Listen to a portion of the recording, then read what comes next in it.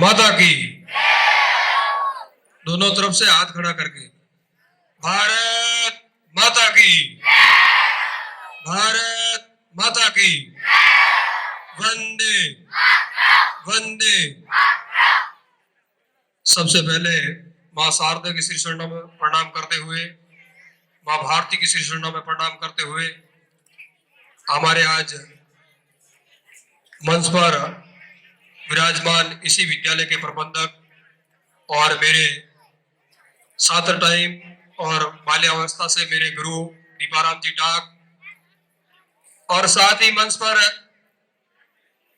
बैठे मेरे छोटे भाई बाबूलाल साहू जो एमबीबीएस सेलेक्टेड है और इसी विद्यालय के 12th का पूर्व छात्र रहा है, जो हाल ही में आंध्र प्रदेश इनकी ट्रेनिंग चल रही है, और अमराराम जो भी आज भामाशा के रूप में यहाँ पर मंच पर बैठे और मेरे भी क्लासमेट थे, और सम्मानित मंच और मेरे पूर्व से गुरुवर बता रहे थे कि ये नाटक चल रहा था कि सोशल मीडिया का जमाना।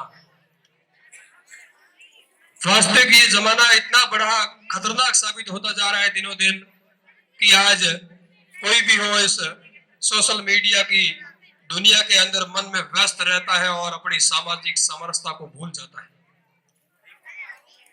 वास्तविक में मेरे युवा साथियों आपसे निवेदन करूंगा कि सभी जनवरी के उपलक्ष्य में अपन सबका एक कर्तव्य और धर्म बढ़ता है कि अपने इस सभ्य दिन में को सीखे ऐसा जो कि अपने जीवन के अंदर बहुत बड़ा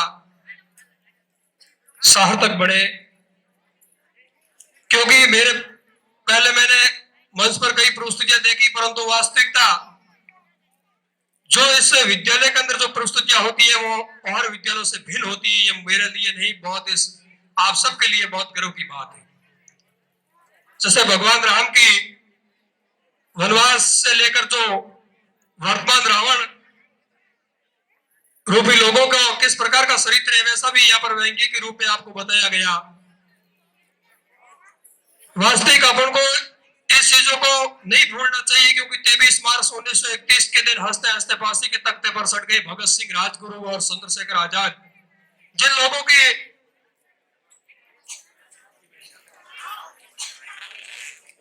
जो इस देश को लूटा था, ये देश गुलाम था उन लोगों का, उनसे लड़ते हुए उन्होंने लोहा लिया और 23 साल की उम्र में उन्होंने फांसी के तख्ते पर सट गए थे। अपन को ऐसे लोगों का नाम लेना चाहिए, क्योंकि अपन उन लोगों को अपन को सीखने के लिए अपन को मिलता है। और वैसे ये 26 जनवरी अपना 15 अगस्त 1947 को हमारा देश आजाद हो गया था, परंतु 3 साल बाद 26 जनवरी 1950 को हमारे देश का संविधान लागू हुआ था। क्योंकि अपने संविधान सबसे बड़ा है। संविधान से अब चाहे कितना भी बड़ा क्यों न हो, संविधान से बड़ा आज दिन तक न कोई हुआ है और न हुआ है। और भारत देश के संविधान में अपने आप में बहुत बड़ी चीज है, क्योंकि विश्व का सबसे बड़ा संविधान है। और डॉक्टर भीमराव अम्बेडकर साहब ने अपन को बहुत बड़ी सौगात दी इस संविधान के मार्फत कि मेरे गांव ढाणी के अंतिम छोर से चाहे दलित हो, चाहे गरीब हो, चाहे पिछड़े वर्ग का, सभी को समान रूप से अधिकार मिलेगा। और ये संविधान अपन सबको सिखा देता है कि इस संविधान से अपन को सीख मिलती है। और मैं वास्तविकता अपन को इस चीज को नहीं भूलना चाहिए कि इस संविधान के मार्फत और आज ये दिन है, ये अपने लिए सबसे बड़ा दिन है। और अपन सबको संकल्प लेना चाहिए कि मैं भी एक हिंदुस्तान का एक छोटा सा प्रहरी होने के नाते मैं इस हिंदुस्तान की आने वाली पीढ़ियों का जिम्मा भी अपने करण और अपने कंधों पे है। तो मैं सभी युवा साथियों से यही निवेदन करता हूं, इस विद्यालय से यही सीखे, क्योंकि आज गुरुजी दीपाराम जी मंच पर बैठे हैं। गुरुवार जब हम 2017 का दिन याद करते हैं तो थोड़ी यहाँ पर कंठ गाठी और मजबूत लड़के हुआ करते थे, परंतु आज दिनों दिन थोड़े दुबले पतले।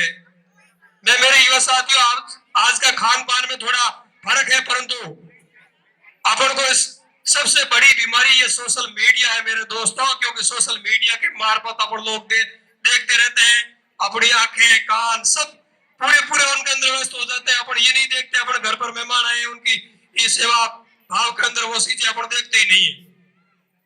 तो अपन को कम से कम इस चीज से दूर रहे। मैं नहीं कहता कि सब इसका दुरुपयोग होता है, इसका सदुपयोग होता है, परंतु सदुपयोग अपन को सही तरीके से लेना चाहिए। और मैं तो इस विद्यालय का शुक्रगुजार हूँ, क्योंकि मैं आज इस मंच पर बोल रहा हूँ। ये मंच पर बोलना भी मुझे वो दिन याद है जब सर्वप्रथम स्वामी विवेकानंद जी की जयंती थी, और मुझे दीपाराम जी ने कहा कि थोड़ा मैं शरारती था, थोड़ा बदमाश था, तो मैं पीछे बैठा था, तो बोला कि भूमाराम आ गया और स्वामी विवेकानंद पर 4 शब्द बोल। तो शायद वो मेरे लिए दिन बहुत अच्छा दिन साबित हुआ, और मैं मंच पर आया और मुझे बोलना बरोबर नहीं जैसा, परंतु कई लोगों ने कहा अच्छा नहीं बोला, कई लोगों ने कहा अच्छा बोला। परंतु मैं गुरुवर को धन्यवाद देता हूं कि कहीं न कहीं आपका उस दिन का रोल मेरे जीवन के लिए बहुत बड़ा प्रेरणादायक साबित हुआ। आज मैं जा भी जाता हूं, मंच पर बोलता हूं, तो मुझे कभी ऐसा नहीं लगता कि मेरे सामने कितने लोग बैठे हैं, कितने खड़े हैं, क्योंकि गुरु का हाथ होता है, और मैं मेरे जीवन के अंदर वास्तविक गुरु मानता हूं। और मेरे परिवार के प्रति भी बहुत बड़ा गुरु का आशीर्वाद रहा है। मेरा बड़ा भाई एमबीबीएस सिलेक्टेड हुआ है, और मेरा छोटा भाई वायुसेना के अंदर है, और मुझे वकील बना दिया गुरु। कहीं न कहीं गुरु आपका योगदान हमारे पूरे परिवार नहीं, पूरे सिणधरी उपखंड के प्रत्येक परिवार के अंदर रहा है। और मैं तो युवा साथियों आपको कहता हूँ, ये सिणधरी उपखंड का सबसे बड़ा विद्यालय है, और इसका अनुशासन अपने आप में बहुत बड़ा है। इस अनुशासन को बनाए रखना आप और हम सब की जिम्मेवारी बढ़ती है। तो हमेशा इस विद्यालय का नाम रोशन करें, आगे बढ़े, खुश रहे।